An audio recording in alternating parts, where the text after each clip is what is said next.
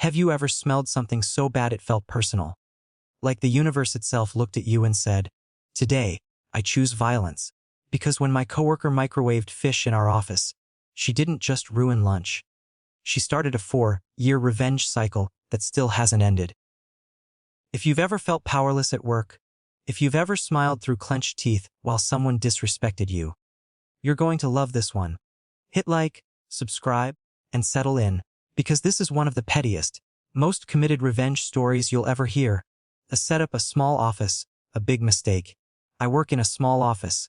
14 people. The kind of place where you know everyone's coffee order, everyone's birthday, and unfortunately everyone's lunch habits. We had one microwave. One. It lived in a break room that could generously be described as converted closet. No windows. A vent that wheezed occasionally like it was on life support. I'm pretty sure it stopped working sometime during Obama's first term. And in March of 21, Linda decided to commit an act of culinary terrorism. She brought in leftover salmon, not a small piece fillet. A full plastic container, salmon drowned in some kind of creamy sauce. Pale. Oily.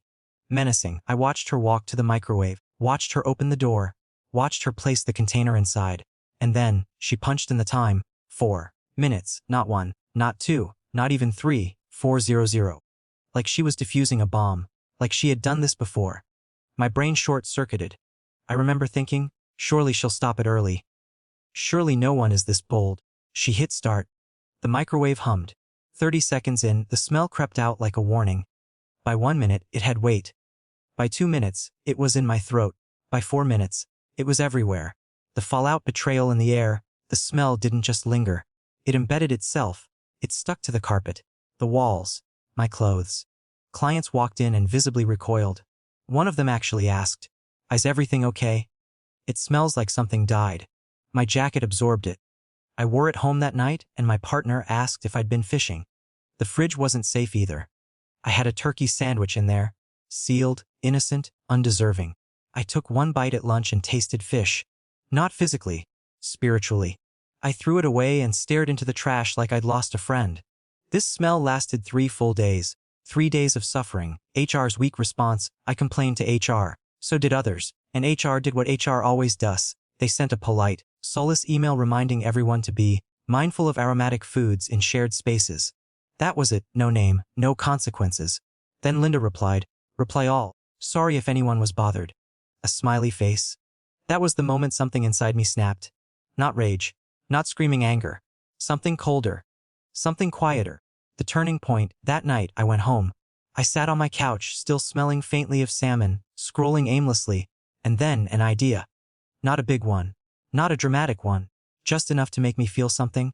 I signed Linda's work email up for the Church of Scientology mailing list. One form, one click, petty. Harmless, temporary, or so I thought. The first payoff, a few days later, Linda was visibly annoyed. She waved her phone around. "Og, I keep getting these weird emails from Scientologists.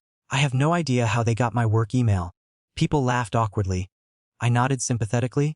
That night, I signed her up again. Different site, same email. And that's when I learned something important.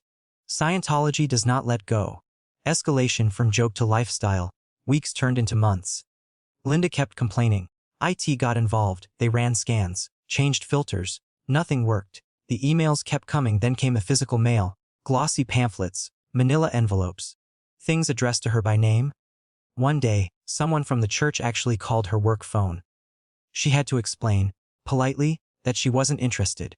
For 20 minutes. I ate my lunch and watched it happen. I chewed slowly. The commitment phase. At some point, it stopped being about the fish. It became about commitment. Every Sunday night, like a ritual, I'd find a new sign-up page, a Dianetics promo, a local church contact form, a free stress test. I made a folder on my phone. 40 different links. I used her work email. Sometimes her phone number. Once, someone actually showed up at office looking for her. Said they had an appointment. I locked myself in the bathroom and laughed so hard I had to sit on the floor. Climax, eternal revenge. It's been almost 4 years. Linda still works here. She hasn't microwaved fish again. But every week, she gets emails, calls, mail. She's trapped, and so am I. When I'm dead, my ghost will still be signing her up for e-meter demonstrations. There was no single explosion, no confrontation. Just the slow, grinding realization on her face that this was never going to stop. Her smile faded, her confidence cracked, and I felt something I hadn't felt since that day in March 2021. Peace. Some people believe in karma. Others believe in closure. Me? I believe in consistency. Because if you microwave fish at work, you deserve whatever finds you. If this story made you laugh, or made you feel dangerously validated, hit that like button. Tell us in the comments, what's the pettiest revenge you've ever witnessed?